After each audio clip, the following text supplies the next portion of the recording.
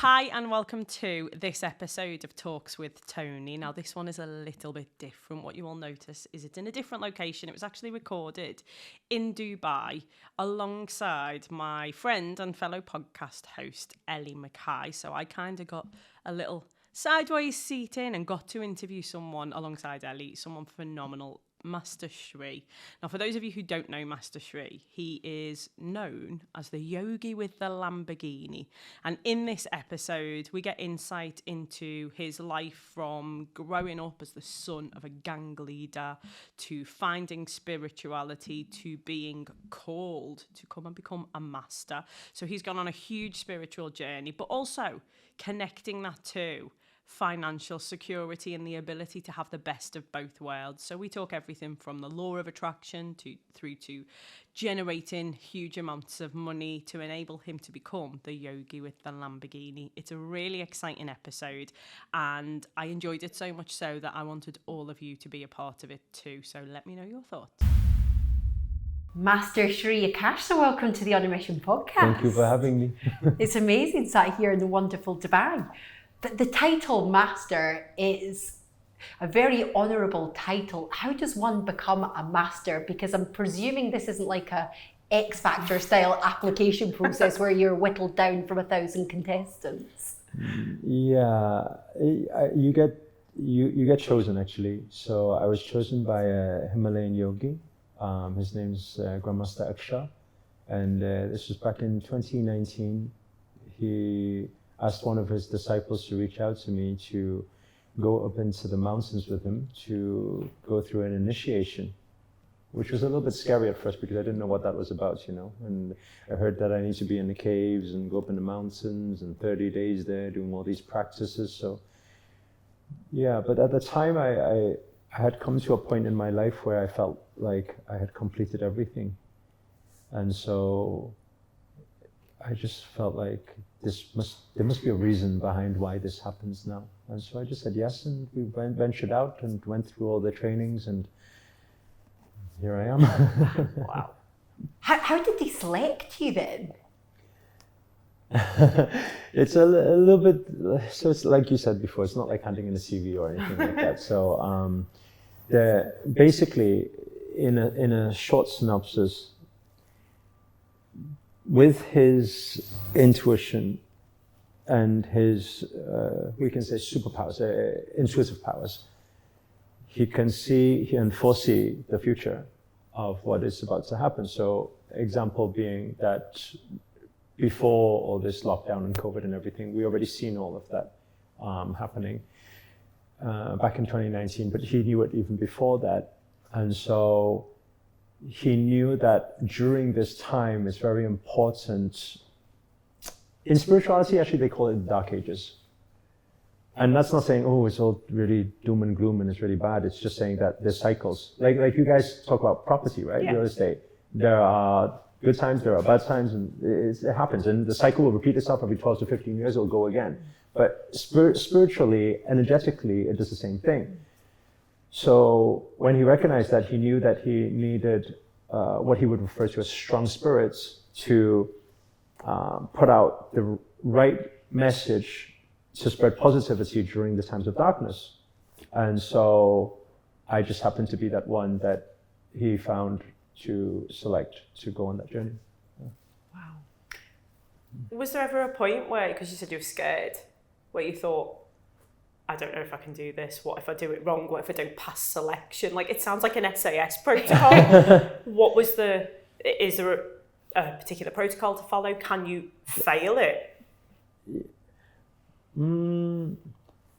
He would not select somebody that would fail it to go through. Well, there would be no point, because he has millions of students and disciples around the world. There would be no reason why he would select one to do one-to-one for 30 whole days and take up his time when he doesn't feel like that person can do it, you know? So I think that, it was selected that way. So it was never really, what if it fails, you know?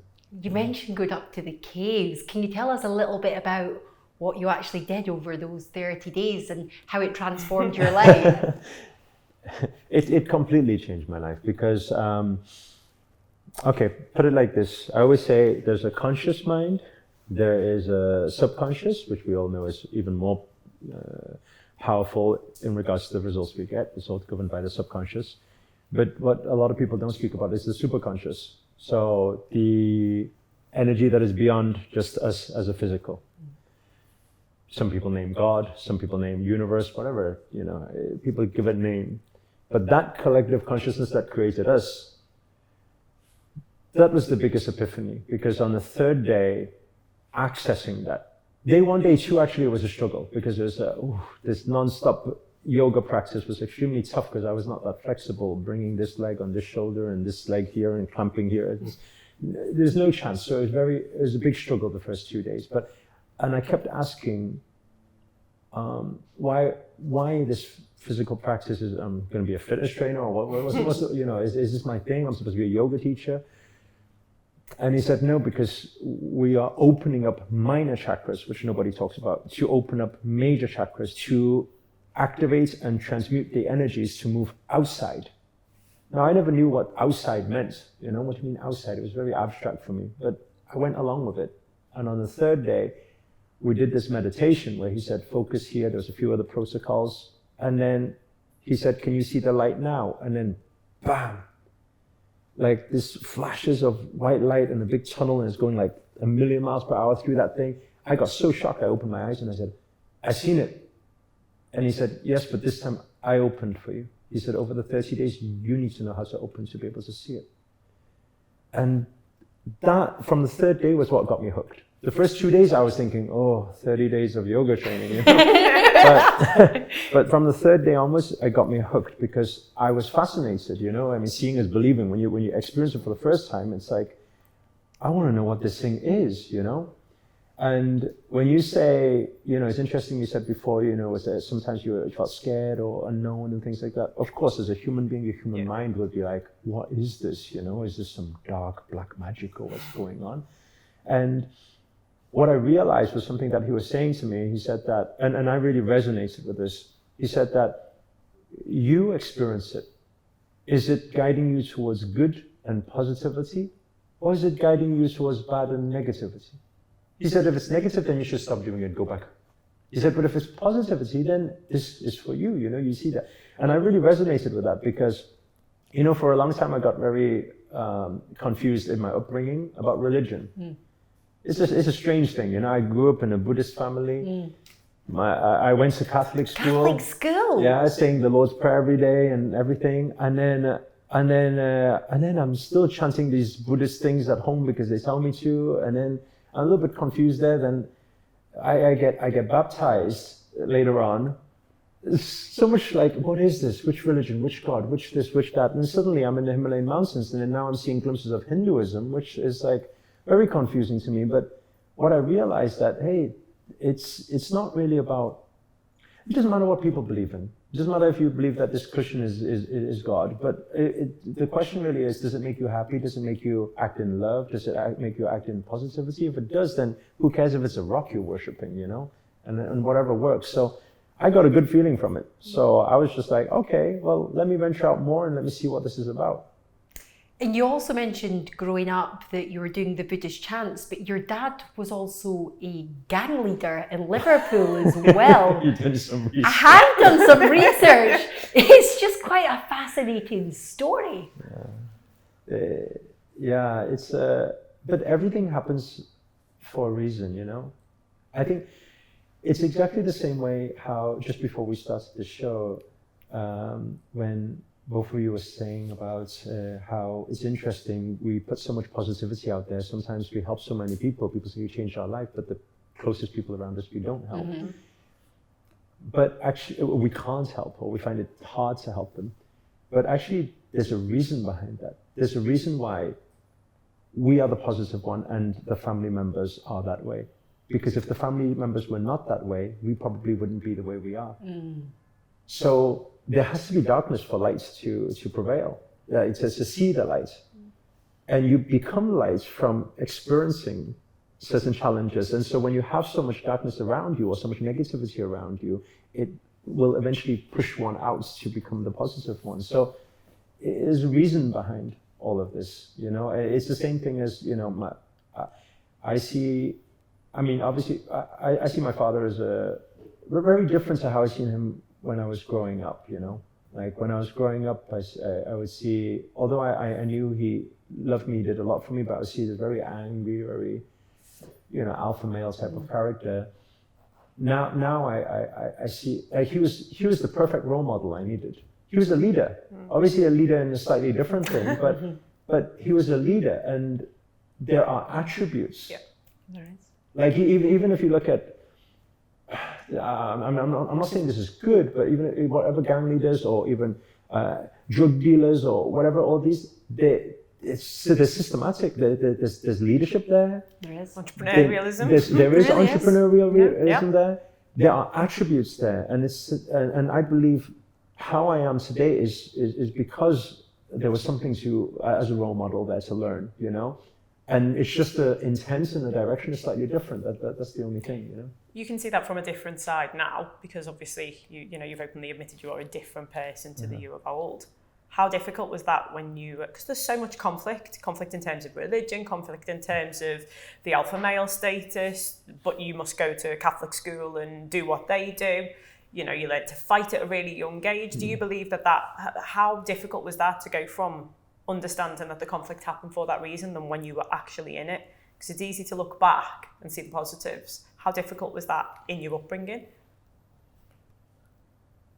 I don't think, even when I look at it now, I don't think, I don't see it as difficult, because that was life to me. That was normal for me. So it's normal to see how that is. Actually, in fact, I don't know if I've shared this before, but I wanted to be like that. Like I wanted, when I was 15, 16, I would have this conversation with mum and dad. I'd say, I want to join the gang too.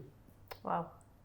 Mum would be crying her eyes out, like what, like shouting and angry and everything. Dad would be like, yeah. Come on, son. Really, like that, literally. I remember when I was 15, he actually took me to a gang, and he had already come out of the scene at that time. But he took me to a gang leader to say, oh, would you like to join? I was so excited. I was like, yes, it'd be nice to, you know, that's cool. I would finally get to fight for something, you know, and be part of something. Can I just ask, what was it about the gang culture that appealed to you at that time? I think it's watching my dad growing up, it appealed to me, because my dad always had so many people following him in and out, everything he did, and everywhere he went, everyone was like, hey, and I was like, whoa, that's someone powerful. So when I seen that, I was like, wow, that's amazing. I want to be like Dad one day, you know? And obviously, because that's your upbringing, you don't know anything else. It's not like I can say I want to be the next Tony Robbins, because that's not my upbringing. I don't see that. I didn't know that was a world. But I see this as wow, it's inspiring to see someone so powerful, you know? It's fascinating. So what's your parents, your siblings, the people who, you know, raised you, what are their viewpoints around the route that you have taken? Because it went, you know, I've been following you since 2018 when I wanted to know what manifestation and what was the law of attraction. And there's the voice in my head going, you want to believe in the law of attraction, but the other voice going, yeah, but does it really exist? So I've actually been following you since then. Obviously knew you under a different name. Your family have seen you grow over the decades that have been. How do they perceive what you do now, how you're referred to, the title that's been bestowed upon you, that you're effectively a chosen one? You know, what's their understanding of it now, and how's your relationship changed? It's perfect. It's beautiful. It's the most beautiful. I'm very grateful for how everything is, actually. They're very proud parents. Yeah, the whole family is very, very proud. But it's also because I started to understand how to deal with them, how to communicate with them. I think that, like you were saying before, there would come a time where you start transitioning, moving into positivity and everything. And when you first, I don't know about you learning about law of attraction, but when I first learned about law of attraction, and I finally got it, I thought I got it, I would go and try to tell everybody, hey, you should just think positive. And the moment people say but or however, you say, why are you saying that? You shouldn't say that. You attract that, you know. And people think you've gone crazy, you know. And that's how I was. And people don't understand it. And I think I was doing that at some point at the beginning when I realized that there's so much resistance. You're not helping them. And I always say it's a very interesting thing when people go into the journey of positivity, because at first they try to change everyone around them. And it's interesting because you feel your positive spirit, and then you feel their negative spirit. So you come in, you try to give positivity. And the interesting thing in the equation is when you come out negative. Yep. Because you get frustrated, you're like, oh, so who won? Actually, a negative one. You didn't win. You tried to convert them, they converted you. Yeah. And so I came to this realization when the saying that says, when the student is ready, the teacher appears. And I said, actually, you don't need to force anything upon anybody. You don't need to try and change anybody. And this epiphany came when I actually met my first yoga master, which was actually out in Bali. And he said to me, I said to him, I said, you should come and speak at one of my events because you can change a lot of lives. And he said, I don't need to. And I said, what do you mean? But you've changed my life here. I'm learning so much. You can really help people. He said, but I don't need to help people. And I was like, what do you mean? But you're helping me. He said, yeah, but you came to me. Interesting. And that's when the penny dropped for me, because I was like, why am I keep trying to change people? And as a result, I'm getting frustrated. If I'm frustrated and I turn negative, how can I have positivity to reach out to more people, you know? So that penny really dropped for me, and I let go. And I realized when I let go and I accepted them for who they are, because I realized that everybody has their own journey. Like some people, they say, okay, like some people can look at me today and say, oh, wow, it's just, oh, peace, oh, like Zen or whatever. Actually, that comes because they say every master was once a disaster. That comes because I was once upon a time that really angry, also alpha male type character. And because it was so destructional, relationships, everything, so much argument, to a point where you sit there crying, asking yourself, what is wrong with you, banging your head off the wall. That's when you come to that awakening and saying, maybe there's something wrong with me, you know, maybe I need to do something about it. You're so calm now, but do you ever have moments where you're stuck in traffic or something's gone wrong and you just kind of lose your cool a little bit? I say it's like this. It's like the little bit is saying maybe a second. And I think this is the game I tell all the students to play now. I say someone can trigger you. And the average person, you say, maybe they're triggered and then 3 days later they're still talking about it. Or some people even 1 month later, or 1 year later still talking about it. So that's the time, the trigger time now, right? It's lasted. So I say our goal is not to say, how do you be positive all the time? Because in life it's positive and negative. So it's more about that reaction. How do you minimize the time of that reaction, you know, while it's happening? So you go from that. They work on themselves. Okay, now, whenever something triggers me, I'm only upset for 1 day. Great, it's improvement. That's good. You're going in the right direction, you know? Then move to 5 hours, 3 hours, 1 hour, and then, I'm only 5 minutes now, 5 minutes agitated. That's okay. It's a human instinct. It's a response. But it's learning the protocol to, you know, in those moments. And then so now is what? It's like, okay, yes, something can happen. Then it's a practice, and it's like, okay. It's really interesting because I've always convinced myself that I learn so much from the downtimes, from the hardships, from the dark energy that I do experience from time to time if a business deal goes wrong, if there's some sort of a family emergency. And I always tend to find that I learn quite a lot about myself through those negative emotions. But really what you're saying is you can take those same learnings without having the experience of all that negative energy. That's right. Yeah. Wow. So it's fascinating because you mentioned your students, and then if we go back a step where you talked about your first yoga master and that kind of realization, the penny drop moment of you don't have to change everyone else or share it with everyone else, but obviously there is a bit of a fluctuation there because you actually do train and mentor and have your students and you offer trainings and you offer, you know, the ability to learn what you've learned en masse. So how does that fit in? If the penny drop moment was, you know, actually I don't need to teach, do you believe all of your students come to you and migrate to you? Yes. I'll tell you what it is. It's actually, this epiphany came from a few moments. One, the master said those words, and it's like, I think I get it. Didn't completely get it, but I thought I got it at that point. You know. The second thing was because 12 years ago we set up a charity, an orphanage in Kenya, and I felt at that point in my life, I felt like if I can save everyone, that's my purpose.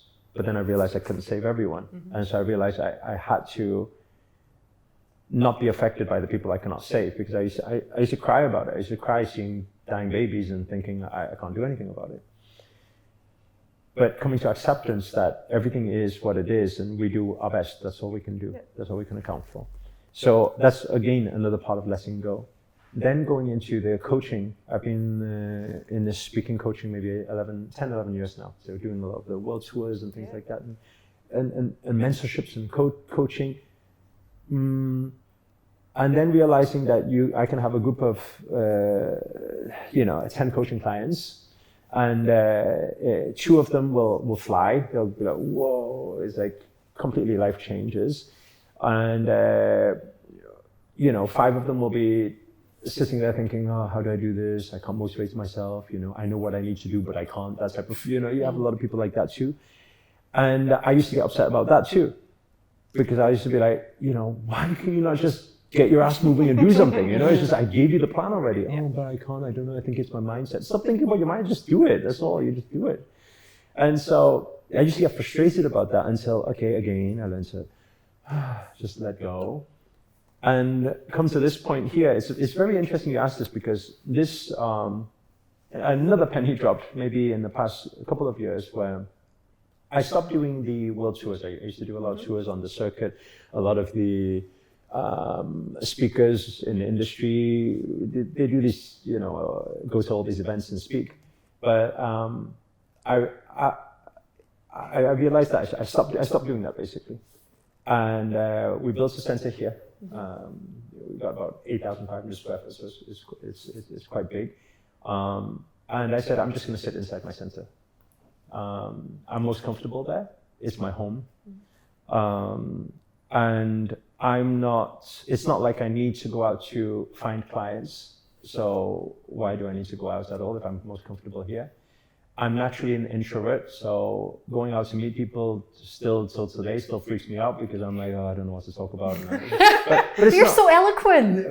No, but it's not. I don't know what to talk about. It's actually because my nature is like, my idea of hanging out, having a good time would be if we just sit. I don't know. We can still eat, but we don't. If we don't talk, we don't talk. It's not a problem. But it's just that society's not like that this way. They're scared of silence. It won't work for a podcast. I understand. The podcast, we have to speak. But I'm just saying, like, outside of it, it's like that. I mean, people speak about so much nonsense these days. You're like, you go to meet you go, like, I could just go to work, and then someone say, hey, how are you? But you see me just before, how am I? I'm always good, I'm always good. Why you ask that question? Like, it's not like you really, but it's just something you need to say, you feel you need to say. It's like if you ever have friends over and then they stay over at your place, and then you wake up in the morning, what's the first thing they'll say to you? Oh, did you sleep well?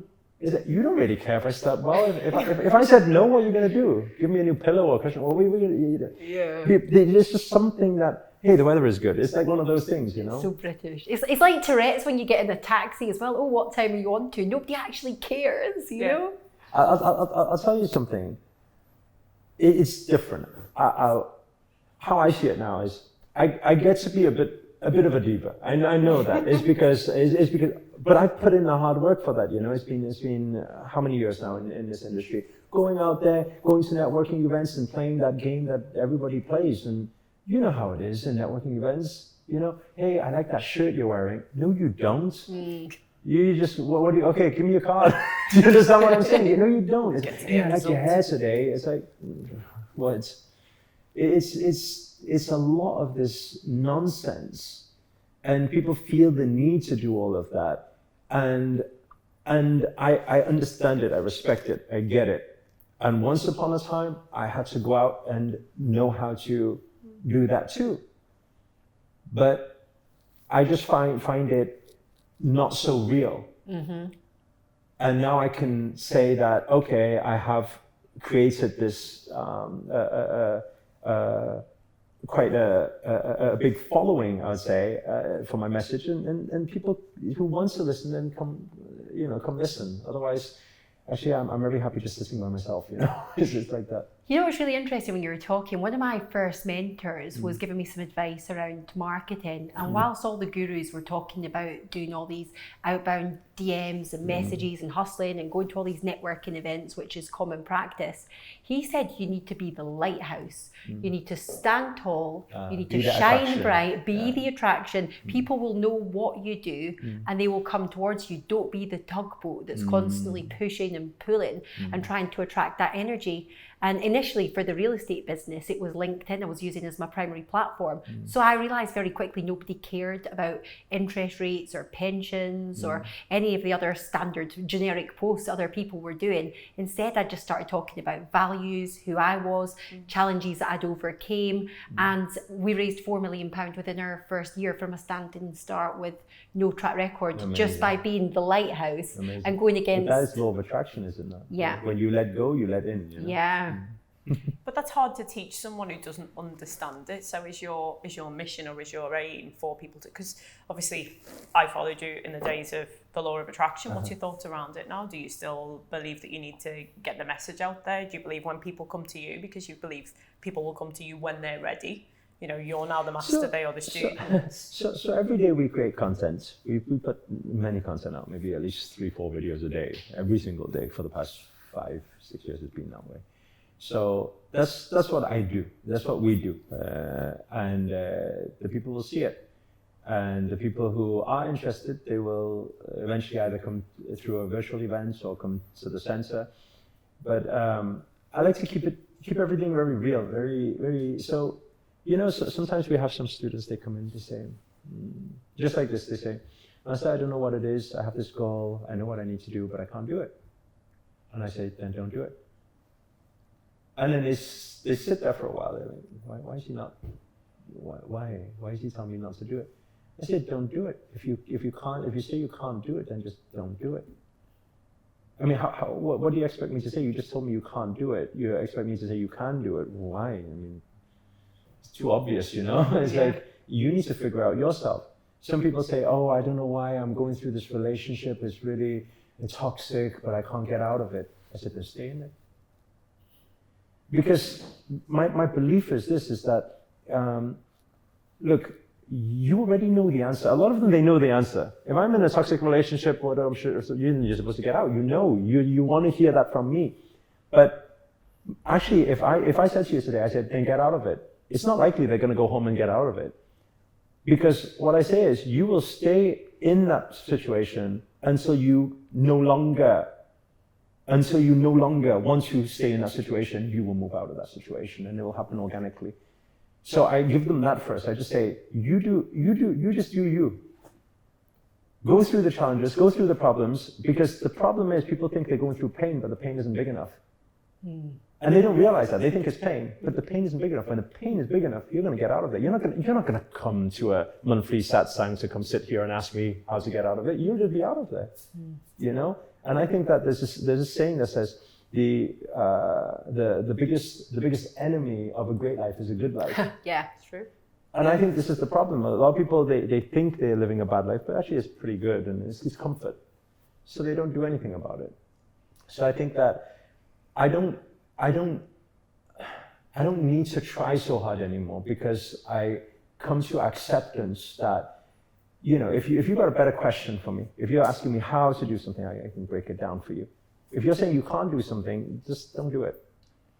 It doesn't bother me that you don't do it, because I know that's the natural life path, is that you will go through something and you will think it's tough. When it goes really, really tough, you will bounce out yourself. So I know that is how it works. So this spiritual teaching it's not saying I no longer teach law of attraction. Of course, I will still convey, okay, be positive, you attract positivity. But it's really, it's like took this stress load that I used to carry on behalf of all the students, and it's just dropped it on the floor and said that I can now be an observer. Some things are good, some things are bad, but nothing will affect me because I need to keep my peace. If I don't keep my peace, how can I make a difference in this world? So that's how I see it now.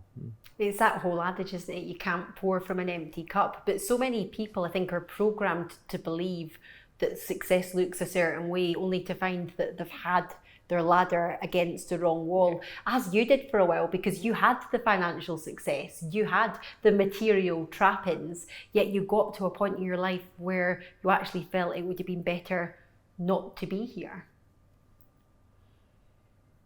It can get quite, quite dark places it can go to, but it's supposed to be there, you know, and I think that when you touch on that point, it's very important, I believe, for people who are in that dark place to understand that in existence there is always positive and negative. There is always these two things in existence. What does that mean? If they are going through a challenge right now, whether it's depression, which is what I would class I was going through, or even suicidal thoughts. Like we get people who message every day saying they have suicidal thoughts, is to know that there is light. There definitely is light on the other side. And it's important for people to, you know, it's hard when you're in that situation to have a mind that's open because you're so fixated on all the problems and all the darkness that's happening in your life.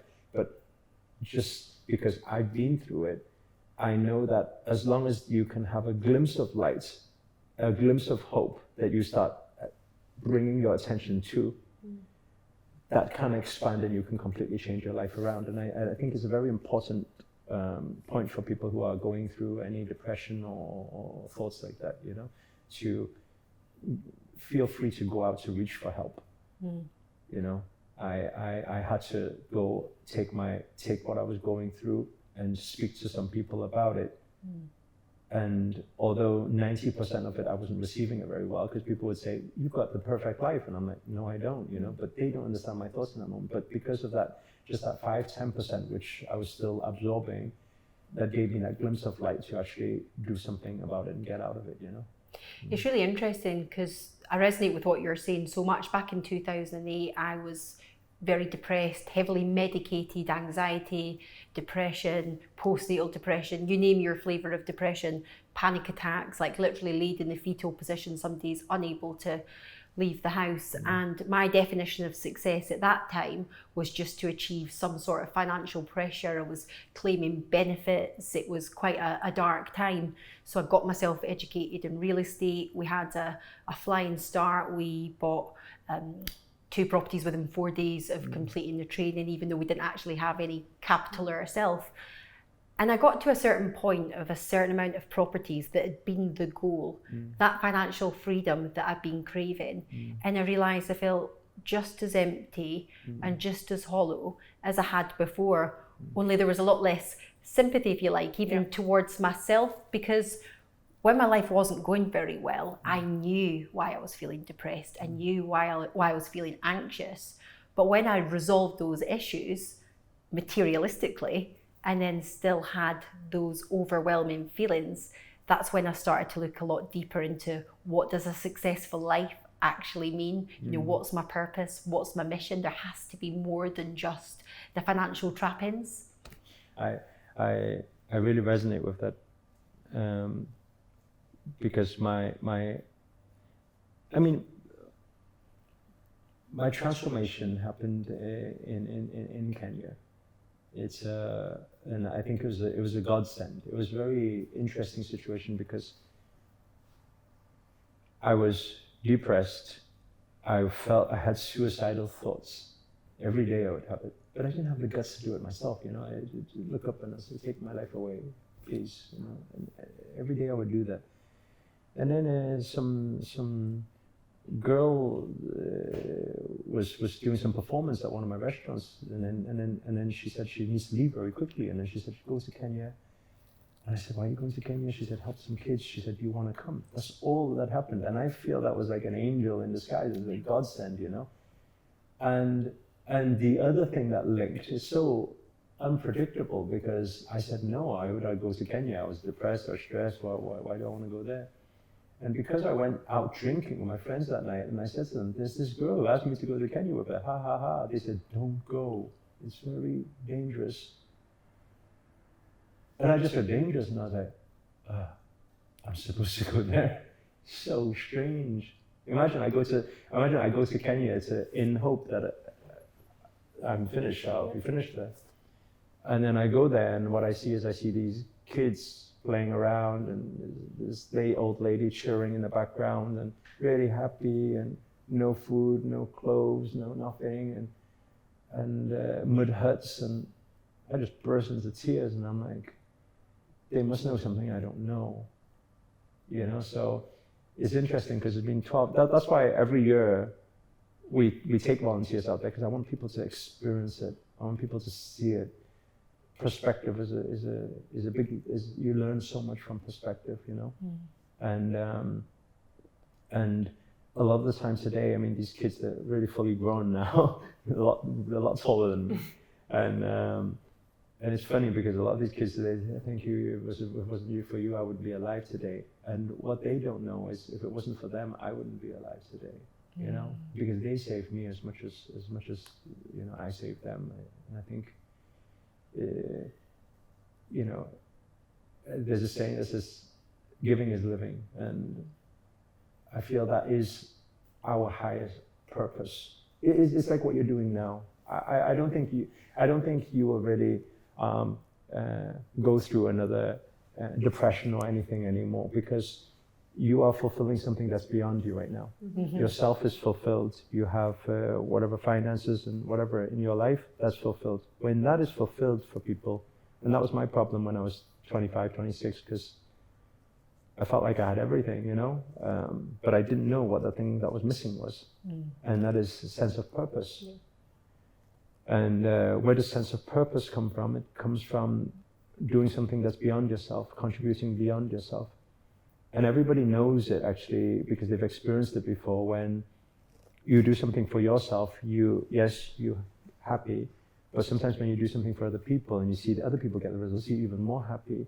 It already gives you a hint that that's the secret in life, in service, you know.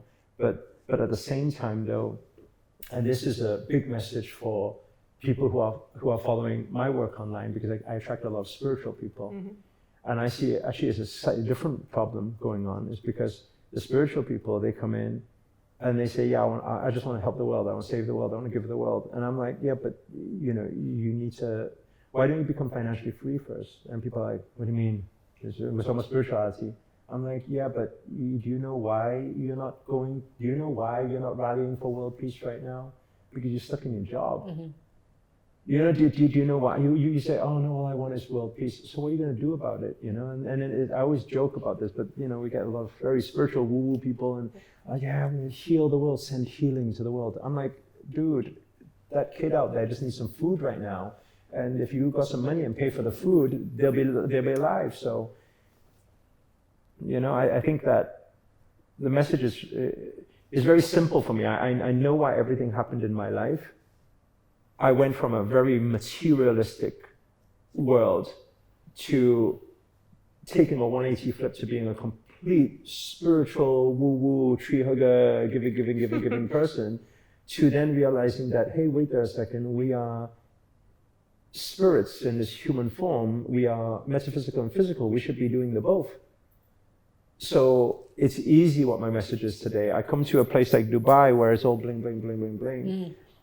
But I mean, all you need to watch is an episode of Dubai Bling, and you know that there is a lot of emptiness happening, because there's a lot of nonsense. They need love and they need purpose. They need love, healing, purpose. So we come in here, we know this place could do with that. But at the same time, we attract the spiritual crowd, and we know what they need is actually financial education. Because I'm saying, hey, if you sort out your physical, you will have the capacity to go and fulfill your spiritual purpose, you know? Do you believe that's part of your mission then, and part of your purpose is to kind of showcase the balance? Because when you're saying this that's 100% my message, and that will 100% continue to be my message moving through. Because how anyone finds their message is you look at your track history, you look at your downs, your lows, you look at your challenges, you'll know why God, universe put you in those situations, to bounce out of those situations, and that's how you turn your mess into your message. So your message will be different to my message, your message will be different to my message, you know? But there's a reason, my purpose is that, I know it's that. And so I will do, and it's interesting because it's a controversial topic. Absolutely. When you talk spiritual person always talking about money, you're not spiritual, right? These days I'm like, you know, I used to get affected by that. But now, I don't care what you say, because the person who's saying it, the reality is, the person who's saying anything about money is broke. Yeah. It's true, right? We were hosting an event the other day. It was very interesting because Neha was on stage, and then she was saying, okay, cool. So, by the way, just want to say, those of you who have got the VIP passes, then you guys can ask the questions and things like that. During a break session, what happened was somebody actually went up to her and just said, by the way, that was very disrespectful. Are you looking down on the general ticket people and, you know, classifying them as whatever, right? Politely is, okay, I'm sorry it hurt your feelings. But the reality is, it's pretty much very certain that person is broke. And inclusive of everybody hearing this podcast right now, there's going to be at least 50% of the people will be triggered by that word, you are broke. And who are the people who are triggered by that? The people who are broke. You know, I always laugh about this because I say, if you trigger people, right? People say, oh, I trigger people. If you see something surfacing, that's what you need to change, because that's within you. That's a problem. I find it fascinating, and do you believe that you have to experience both, i.e. experience the spirituality experience? Do you believe you've got to have been broke to understand it? Because this reminds me of one of my first mentors. He still is to this day one of the most giving, supportive. His mission was to help and support people, but he was broke. He set up a school in Rwanda. He was paying for credit cards. He got stuck there, couldn't get his flight home. And that was the turning point for him to realise you can be both a capitalist or a materialistic person, because you can't pour from an empty cup. But then the dichotomy is, everyone knows him for spiritual, woo, feed the world, heal the world, but here you are selling training courses, mentoring people. How do you believe you need to experience both? Can you turn someone who is fully materialistic right now into someone who's spiritual and find the balance? How do you do it? It's a journey. It's not going to be easy at all. It's definitely a journey, because I went through the journey myself, so I know. You know, I thought material was the thing, and that was conditioning. That's not because I was born that way. It's because my dad said to me, you know, you got no academic, and how are you going to be successful in life? Success is about you need to make money and you'll be successful. You know, so that was my idea. So when I made money, that was the problem, because it was like, sorry, I'm supposed to be, what was success again? What does this mean? I'm supposed to be happy or something. So linking material to happiness doesn't work. Then linking this love, just love, to happiness actually is very tough. It's very tough because we are living in a material world. And this is what today I would say I don't get for the spiritual people, but back then when I was the spiritual side, I didn't get myself. But I don't get what they don't get, that you are a material, living a material world, wearing materials, living in material, and you're saying money isn't important. It's like, wait there a second, what's it? Which part do you not get, that money is important? I would say to people, it's interesting, because if I have a crowd of 1,000 people, I say, how many of you think money is not important? You'll always get a few hands. Always, every time. And I always say to all the people with their hands up, I say, okay, if you guys just stand up, and then please take all of your money and please donate it to our charity, please. And then I say, so why are you saying no? Because 2 seconds ago you told me it's not important. Yeah, I totally get it. Having been on the brink of bankruptcy on multiple occasions, having watched my parents go from beautiful big detached house, 5-star holidays, to literally having bailiffs at the door to repossess our items, I can honestly say that no amount of positivity of law of attraction is going to work when you can't pay the bills. You can be doing all the affirmations you want, but when those red letters come in and you're worried about losing your home and feeding your children, there's a real sort of disconnect. And it was interesting because before we hit record, we were talking about what kind of podcast this is. It's really quite hard to pigeonhole because I just speak to interesting people who I think can add value to the listeners. We've had billionaires on, we've had best-selling authors on, we've had people talking about consciousness, about spirituality, about breath work, all the things I'm kind of interested in because I think they're really important. And I have some people saying, well, I follow you for the business content, but I'm not so keen on the woo-woo. I have other people who are like, I love it when you talk about connection and consciousness, but I'm not really interested in the more capitalist side of it. And really, I suppose I'm a hybrid myself. You know, I'm an entrepreneur. I enjoy making money, and when you make more, you can contribute more as well. No, I think it's beautiful what you're doing, because you are putting out you, and that is the truth. You know, it's influencer world these days is a tough one, you know. Yeah. Because and as you grow, your following grows, your fans grow, your haters grow. Yeah. And it takes a strong spirit to do something like that, you know? And I think a lot of people don't recognize that actually, if it was for money or finances, then we would probably do something that's easier than need to do something that gets criticized every single day. Yeah. We would just do it behind the scenes and not even tell anybody. Why would we bother? Just so that you can go and judge and hate, you know?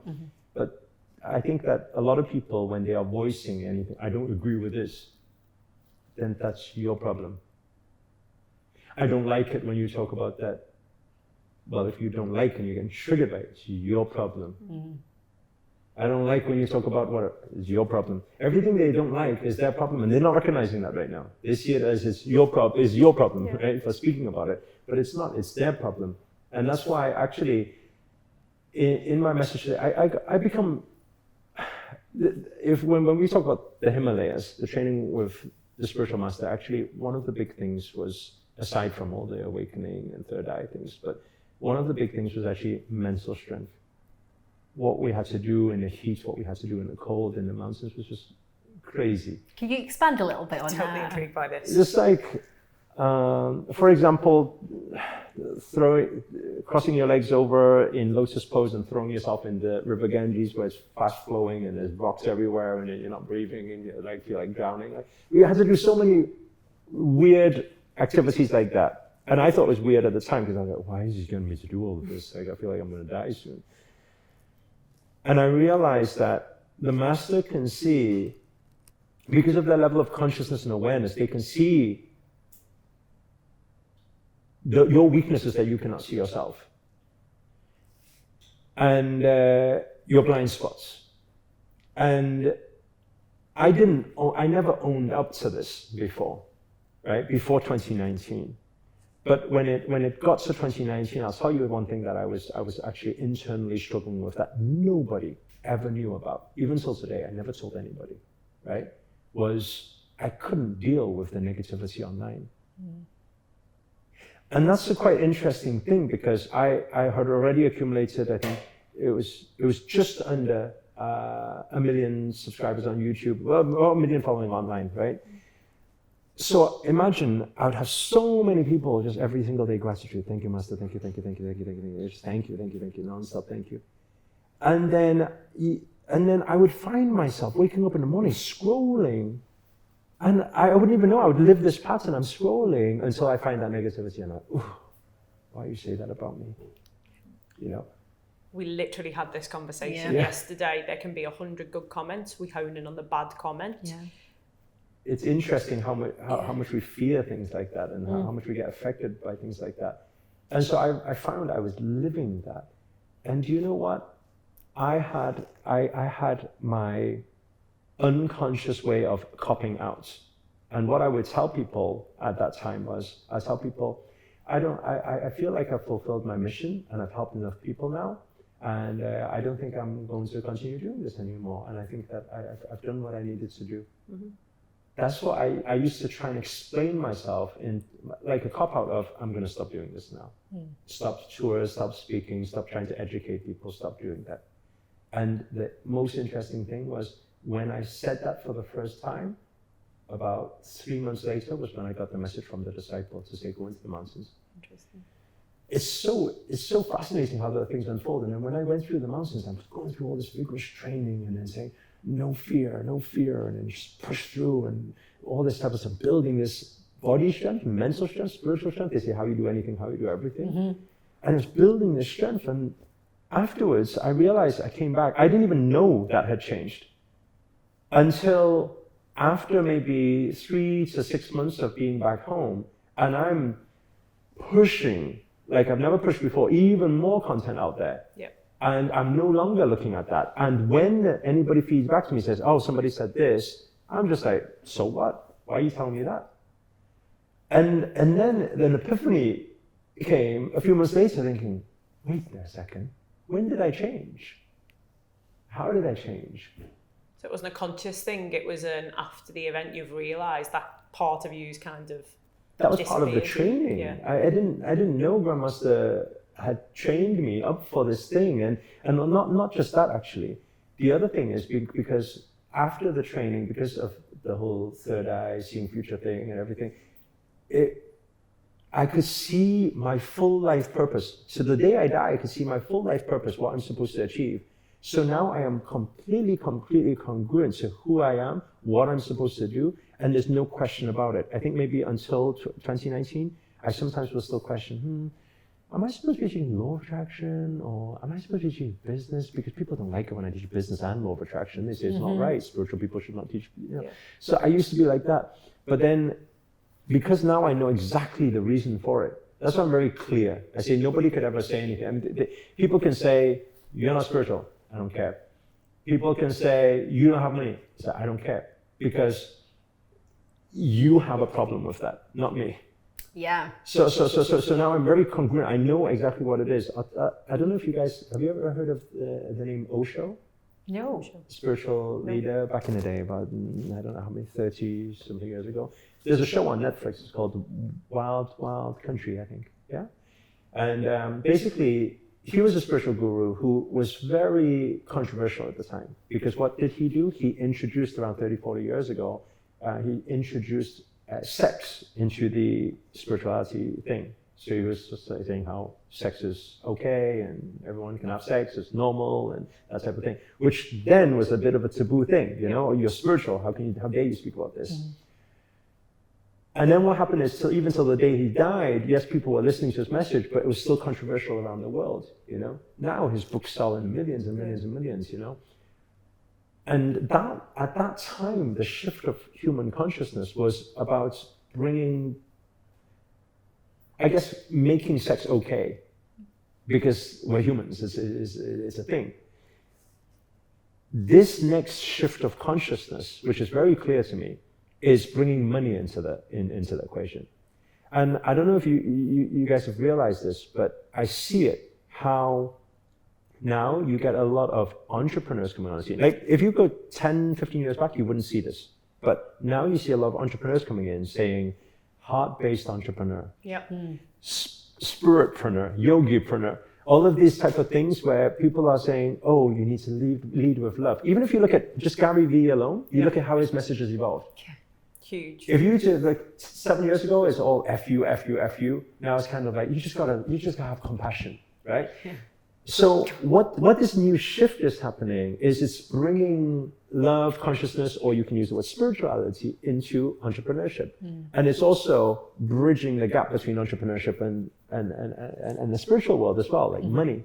And so when I was very clear that is my message, that's what the world needs right now, and that's why I play a role, because my history already shows me that was the two things I struggled with, you know? So now it's very clear. And my question was, how do I get that message out there, right? In 2019, it was, how do I get that message out there without triggering and getting haters? Now it's like, actually, I realize it doesn't matter anymore.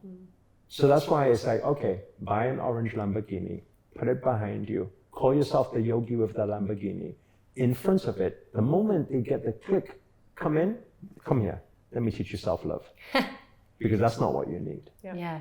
What's the saying? Sell them what they want, give them what they need. But one of my old mentors as well, he told me, regardless of your sector, you're a marketer first and everything else second. Because the more people who know who you are, the more opportunities you create to make an impact. Yeah, it is. I mean, because there's so much going on in media right now, if you really want to get your message out there, you got to use disruptive marketing. Yeah. You have to do something. But then people, if anybody's not doing disruptive marketing, I'll tell you what it is. It's fear. Yeah. They won't like to hear, no, I'm just being myself. No, if you want to get your message out there, you got to be disruptive. And if you're not being disruptive right now, it's because you have a fear of being disruptive. Yeah. Do you understand what I'm saying? I mean, the repercussions of it. Yeah. Fear of judgment, isn't it? Exactly. I mean, you look at last year Andrew Tate. Yeah. Is that you can love him or hate him or whatever, but he's a genius. He's a genius. And everyone's got an opinion about him, which is exactly what you want. He's not vanilla. You love him or you hate him. There's no in between. And everyone's talking about it. Mission accomplished. Mm-hmm. What are your thoughts on Andrew Tate? He's a genius. I just think he's a genius. He's a marketing genius. And I think there's things for everybody to learn from that, marketing genius. Yeah. Especially for those who have a positive message. Then you just need to be observing. Why this person you saying you hate is getting more traction than you? Like, and you class yourself as an influencer or somebody who wants to reach out to people and help people. So I think it's genius. Even a lot of YouTubers these days, I always say it, like people look at, you heard of Mr. Beast? Yes. It's like Mr. Beast, people think, oh, he's stupid, look at these stupid videos. He donates more money to charity than probably you ever will in your whole entire life. And he earns more than every single one of you who are hating or whatever. It's as does Andrew Tate, interestingly, as well. Yeah. You look at it, so I've got young children, they're almost 13 and 9, and they look at the listings of YouTubers who's got the highest hits, who's got the biggest subscribers, and they had a realisation that in the top 5, they're all making an absolute shed load of money, but how many people are they helping? It's all about impact, isn't it? How many lives you can touch. And so if we kind of come full circle back to you being bestowed with the title of master, someone was, a disciple was sent for you. What's the ascension for you? Can you become a grandmaster? What's the protocol? Do you have rules to live by? You can't? There's quite a lot of, I wouldn't call it rules. It's protocols that it's not a must, but because you know the reason behind each protocol, you know the benefit of each protocol, you will follow the protocol. It's Are you able to share some of that with us? Well, I mean, obviously, a lot of diet protocols will be there. So we don't eat onion, garlic, we don't eat meat, we don't eat egg. There's a lot of things like that, but that's to preserve our energy, and it's also to heighten our intuition and things like that. There's obviously a lot of protection shields that will be created. I think we talked a little bit about it. Like everywhere we go, there will be a protocol of how many people are around and protecting the energies and things like that. Because again, I'll give it in a very simple context, right? Around 11 years ago, when I first started running live events, you have a crowd of, let's say, 100 people. And back then I would think, okay, I'll try to help as many people as possible. So what happened is we would have breaks and you have lunch times. During breaks and lunchtime, I'll come off the stage and I'll talk to everybody. And then what would happen after every 3-day event? I would crash. I'll be off for at least 3-4 days. I'll be like, oh, don't nobody speak to me. I'm done, right? Until I realized that you have to set some boundaries and set some parameters, and setting them some boundaries to the commoner could seem like, oh, he's really arrogant. Look at him, don't speak to us. No. If I said that, I can preserve my energy and I can recharge. Every time I come up on stage, I'm best. Serve better. Yeah. So if I use that as a context, then the question comes, how about my everyday life? So there's this very strict protocols that we'll be having, whether we're traveling or whatever, and Neha will organize for that. Like sometimes we'll have some students who are big extroverts, which is not a problem. I respect extroverts. It's amazing, you talk a lot. Great. Don't know what you mean. Taking that. But usually if she identifies the extroverts, usually if we're going on any travel trip or any retreat or anything like that, they will not be organized in the same car as me. Because you know what will happen, I'll just sit down and blah, blah, blah, blah, blah, blah, blah, blah, and then by the end I'm like, okay, I need to go for my interview, and my mind's already consumed by a million things. How can you be intuitive, or how can you, when you're just consumed with everybody else's problems? So that type of protection boundaries in the protocols are there. Can I just pick up on that point there? Because we were talking about Gary Vee earlier, and one of the things that he used to say historically is that he was sort of famous for replying to every single tweet at one point.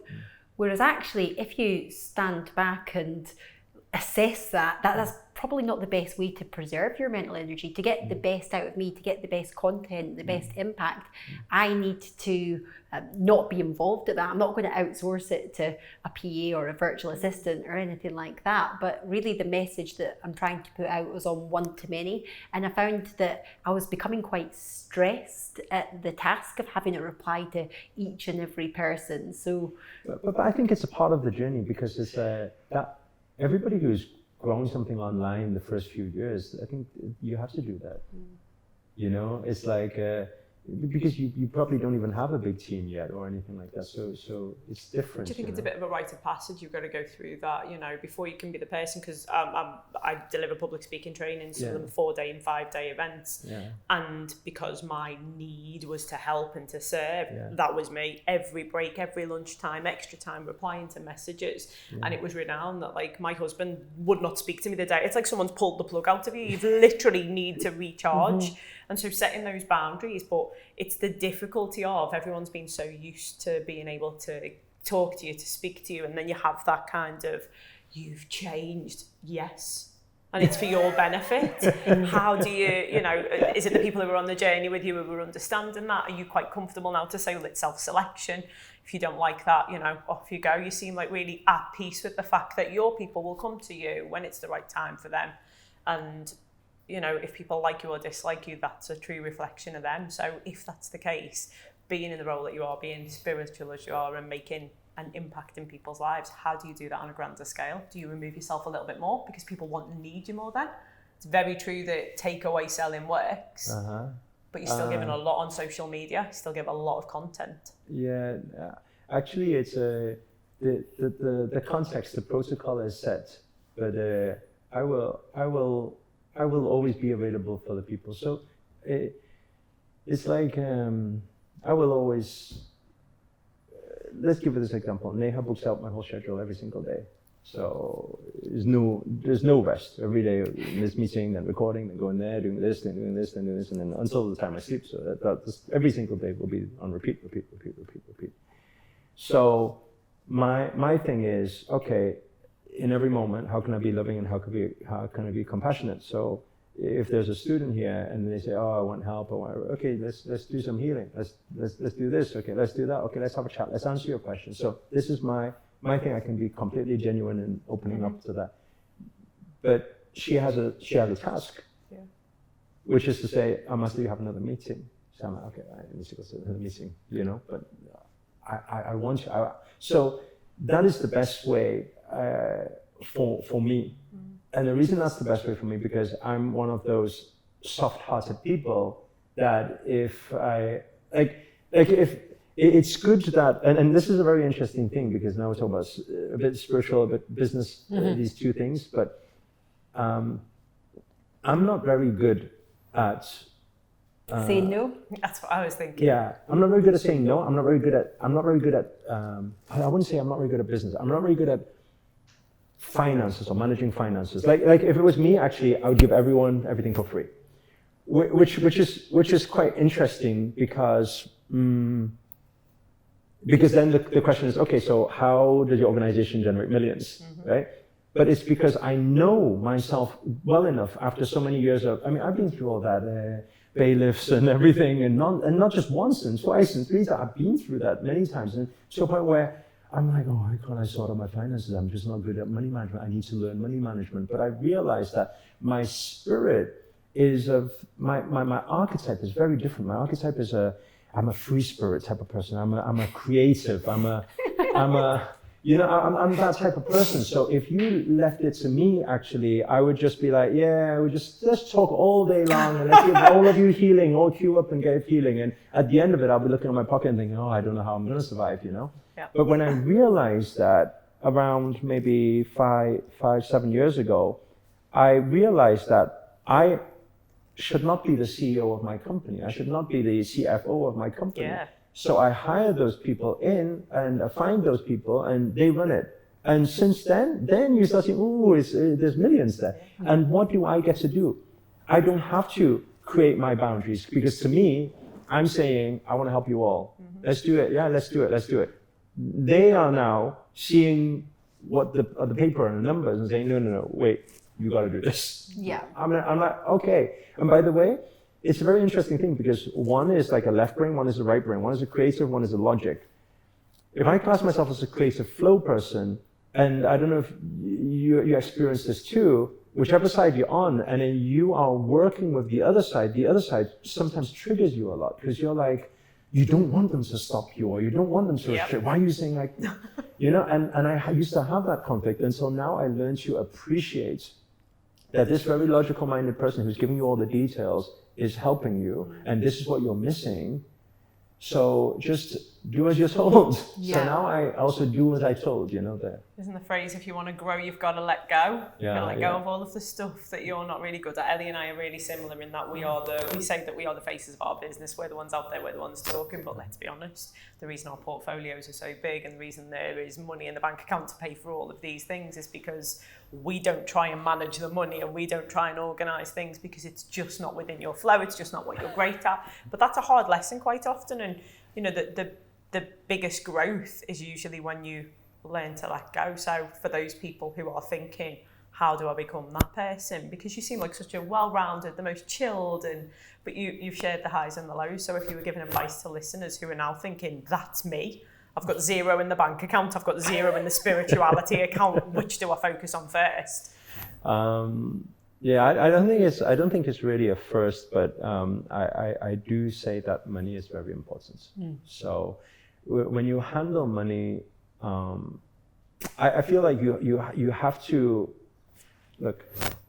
I think everyone should get good at sales, which is purely just communication. That's all it is. If you're an effective communicator, you're good at sales.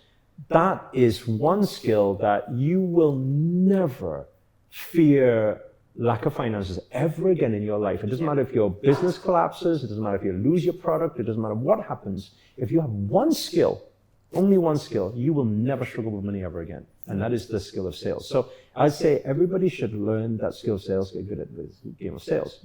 Because even if you don't have a product, someone else has a product and you can still make money then. When you get good at that, and that doesn't mean, oh, but I'm not the salesperson, I don't want to be that all my life. No. And if you're good at it, how about you do it for 3 months, 6 months, 1 year? How about you just religiously do it for 6 months, 1 year? Bring in some capital. Now, know thyself. Know who you are. You're good at this, you're not good at this, right? So do what you do best. Outsource the rest. And how do you outsource now? Now you have money because you did sales. Now use the money and outsource. Hand it over to other people, the professionals, to do the other parts that you're not so good at. So then, what do? Then now, you just sacrifice 1 year, that's all. After that year, you get to be yourself. Is it like now? I guess to just be myself. You know, you say, chilled and whatever. Actually, I know behind the scenes it's not chilled. You know, there's a lot of things that is going on. Yeah. There's a lot of calculation. Everything is like that. You know, and it's like it's funny because I see these attributes in the team, and a lot of the time when I run events, I see that the team are sitting on the edge of the seat thinking, what's he going to say now? What's he going to promise now? It happens a lot, and they get it. What's he going to promise now? What's he going to promise now? Every single time they know I'm going to pull off something. And do you know what? When I see them on the edge of the seat, it kind of like, it reminds me something. It's like, wait, okay, not too much. It's like that. It's like, we had quite a few times actually, because last year we started a few NFT projects. Launching digital assets. Now we're entering into the metaverse and work like that, creating like a yoga retreat inside there.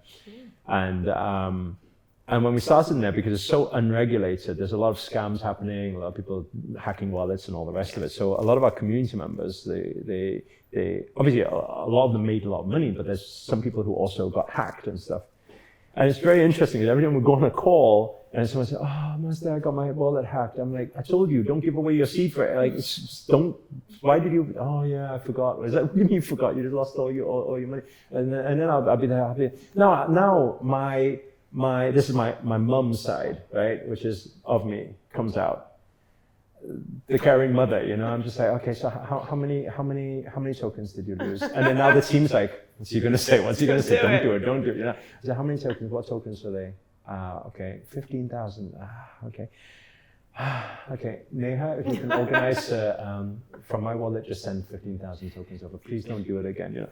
And imagine that happens through like maybe 5-6 months of our beginning, because our community is new to NFTs, so they keep getting hacked, right? So first 5-6 months, imagine every time I go into a community call, I'm doing the same thing. Oh, how much is that? 4,000? Okay, so Gawain, if you can, and then everyone's like, don't do it. And then after like 4 or 5 months, so our CEO sits down with me, says, okay, so this is how much is in from NFTs. So this is how much you have gave out, okay? Because if you keep doing this, then we will no longer be able to sustain. So you need to stop doing this. Until the next time. and then the next time, but it's this thing, you know, it just, next time happens, and it's true, next time happens, it's like, oh, so how much have you lost? I was like, 7,000. Okay, so in my mind's like calculating, I was like, okay, so maybe we just send them 3 tokens. In my mind, discounts a bit. It's like, maybe then I won't get told off, you know, so. Push the boundaries, but just enough.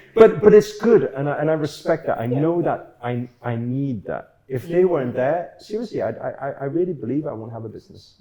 Really. It is so true as well. I know just online, when I started building a bit of a presence, so many people were reaching out asking for help and support, and that nurturing side of me wanted to give and help, and I was jumping on Zooms. Everybody wants to pick your brains for free. Generally people who don't support you or engage with your content as well, just on a side note. And I would find I was jumping on call after call after call, and then my husband, who's also my business partner, would say at the end of the day, you know, what have you achieved, what have you done to kind of move the needle forward? And I'm kind of like, literally spent 10 hours just giving away my time for free at the detriment to my own business. And it was a very similar conversation. He says, look, this is not sustainable. And that's actually one of the reasons why I launched the podcast, so I could start talking on a one-to-many basis to maximize the value I was giving as well, but also for a bit of self-preservation. You still do mentorship now, coaching now?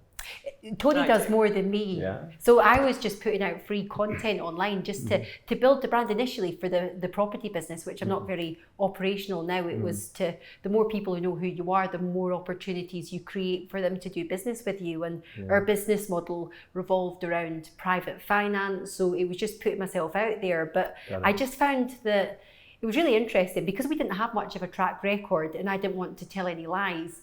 I started to talk about the things that I'd experienced in, like trying to scale a business while being present for my 3 young children and the conflict of emotions, talking about how I'd managed to overcome depression and life hacks that I'd sort of learned along the way. And again, that's where my definition of success started to change, because I would get people inboxing me, telling me that a video I'd put out there or a post I'd done had actually stopped them from taking their own life. It had given them hope, or perhaps given them the confidence to go for a job that they didn't think they were capable of, and then they'd got it. And I just started to, I just thought I was a capitalist, and I started to realise that actually the money in the bank, as it is important, obviously, wasn't the driver that got me out of bed in the morning. And it's, I suppose, without doing it through a coaching or mentoring way, which I've always just been a little bit wary about getting into. I don't know why, but for me, the podcast and being able to kind of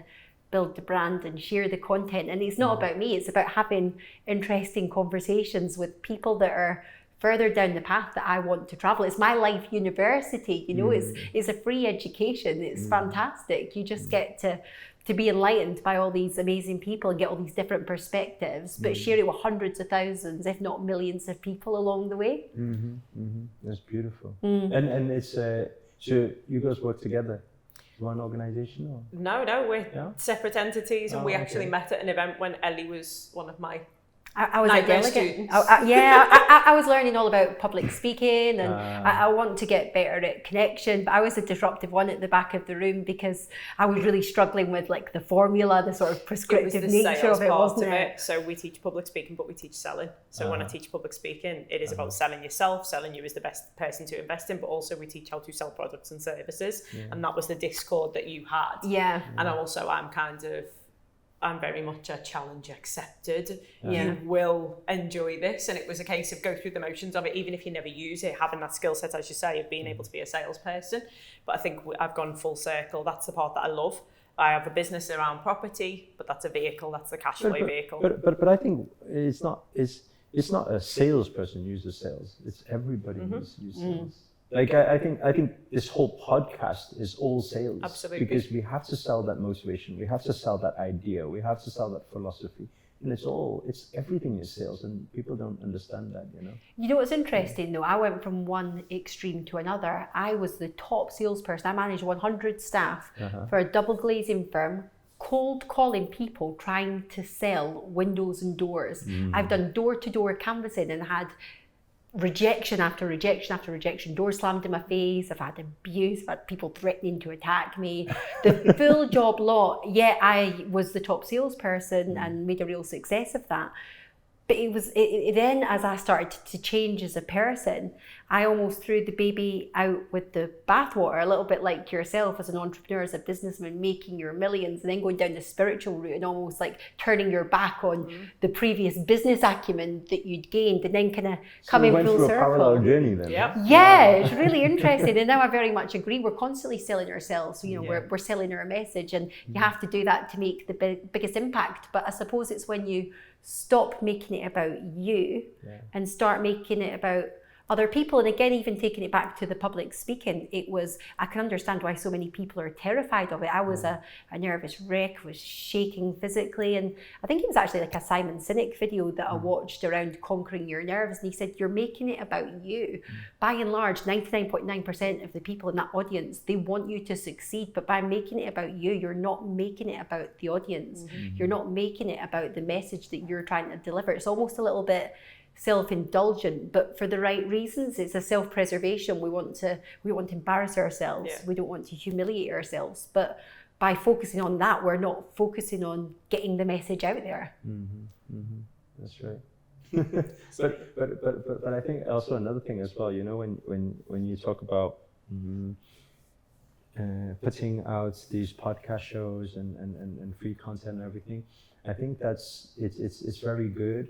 But I always see that as like it is a level one of the information, because there's only so much. I mean, it's not like you're gonna sit here and read a whole real estate contract out and this is how to do the lease or anything like that. So it's like level one of the inspiration, you know. And I think that when people are ready, again, when the student is ready,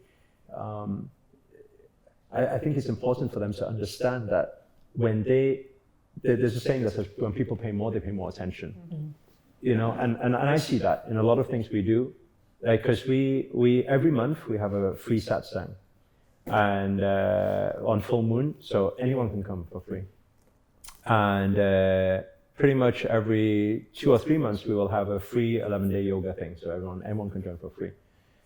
And it's very interesting. Sometimes you see the show up on something like that, as opposed to something where they paid for a course or paid for a mentorship.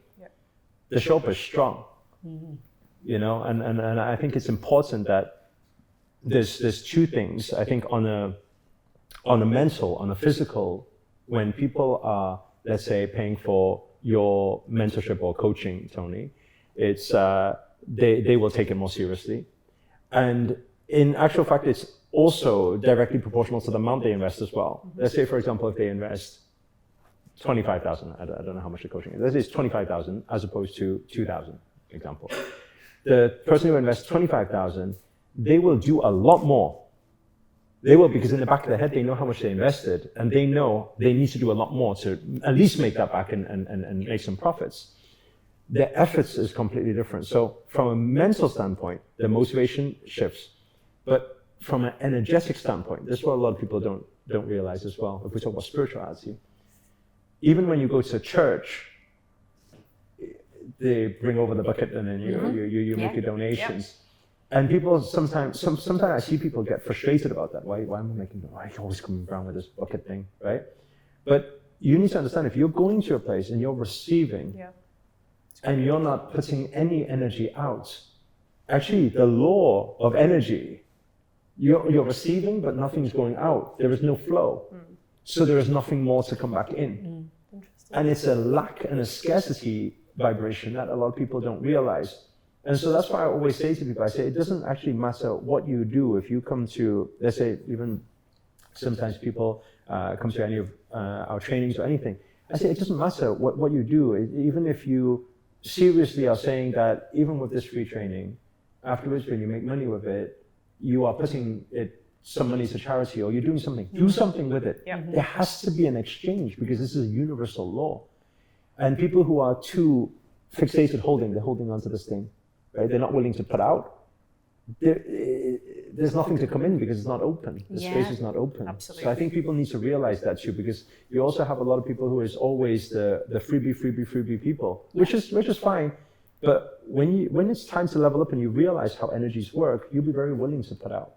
You know? The other side of that as well is you're also depriving people of the joy of giving. And we've had that conversation before. We like to be the givers historically. That's in our nature. And it's actually taken a lot more self-work, really, to be open to receiving and realizing other people do get pleasure from doing that, as I do. So it's allowing that energy to exchange. Do you think there is, though, a perspective in there? Because when you talk about the numbers, bizarrely, there is a small contingent of people who pay a significant sum for mentorship. And because, when we look at perspective, in their grand scheme of things, it's not a huge amount. But we've got people who pay £25,000 and just not turn up. And they're a very small contingent of people. And you say that to the freebie person who comes along to every free event with every good intention of doing something, and then you ask them when they come back to the next free event, what have you done? And it's, well. Whereas if I've got someone who pays £40,000 for mentorship, like, they're showing up. Not just physically, they are showing up with everything done. Other than that small contingent of people for whom £40,000 or £25,000 is not a significant amount of money. So how do they then hold themselves to account? Because if the monetary basis isn't there... no, then they need to pay you $150,000. Duly noted, anyone who's listening, I'm now $150,000, not $40 for mentorship. I'll tell you, actually, it's... I'm a big believer in coaches and mentors. I've had it all my life in every area. Anything I wanted to grow a YouTube channel, I pay for a coach. I wanted to do NFT, I pay for a coach. I go to do anything, I pay for a coach, because I'm a big believer in not just the receiving the shortcut and the knowledge, but the energy exchange. I'm really a big believer in that. When I first came over to Dubai, there's a gym next to our studios. About 5 minutes away. It's called Gymnation. They only do it's like cheap and cheerful. It's big, it has everything. It's only I think 100 a month or something like that. It's only, 20 quid or whatever, right? So it's like, wow, cheap and cheerful, and it has everything I need. It even has the boxing ring and everything that I need. But it was very interesting, my perspective of how I see these things now, because that was exactly what you said there was to me. I said, I really don't care about that 20-something. Right? It's only 20 quid. It's so much that it's just another direct debit from my account. That same with all the YouTube Premium and iTunes that I never listen to music and everything that I'm paying for. I don't know, I've been paying for years, right? All of that is the same. It's not painful. It's going to be another thing. So I was like, this isn't going to get me to the gym. That's why, but it had all the facilities. And imagine around the corner, you have 7 Gym, which is charging about 10 times more, whatever it is. Ridiculous, but it's a smaller gym, less facilities, and I'm looking at that. I said, I think I need to go for this one. I need to go for some VIP package on this one, because if I'm paying that amount of money every single month, now I'm looking at it, I'm like, I feel that. I think I should go to the gym today. and it happens really, like every couple of weeks. Like, it's been a week I haven't gone to the gym. I'm just like, I need to go, and it's not because I'm feeling belly fat. It's because I'm just paying the damn people for nothing, you know. To go there, you know. And because I'm a big believer in that now. Yeah, the energy you put out, the energy you get back. I love that. I love that. I feel like we could just talk forever. All day. There's just so much wisdom in everything you're saying. Final question for you though, because we've got to respect your time, unfortunately. We'll have you back for round 2 when I move to Dubai for sure though. The name of the podcast is On a Mission. What is your mission?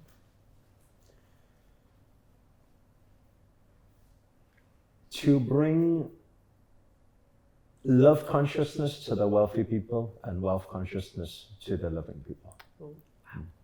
That was so succinct and absolutely perfect. It has been an absolute pleasure. It truly has. Your energy is just absolutely incredible, and it's been an absolute honour to have you on the podcast. Thank you so much. Thank you so much. Thank you.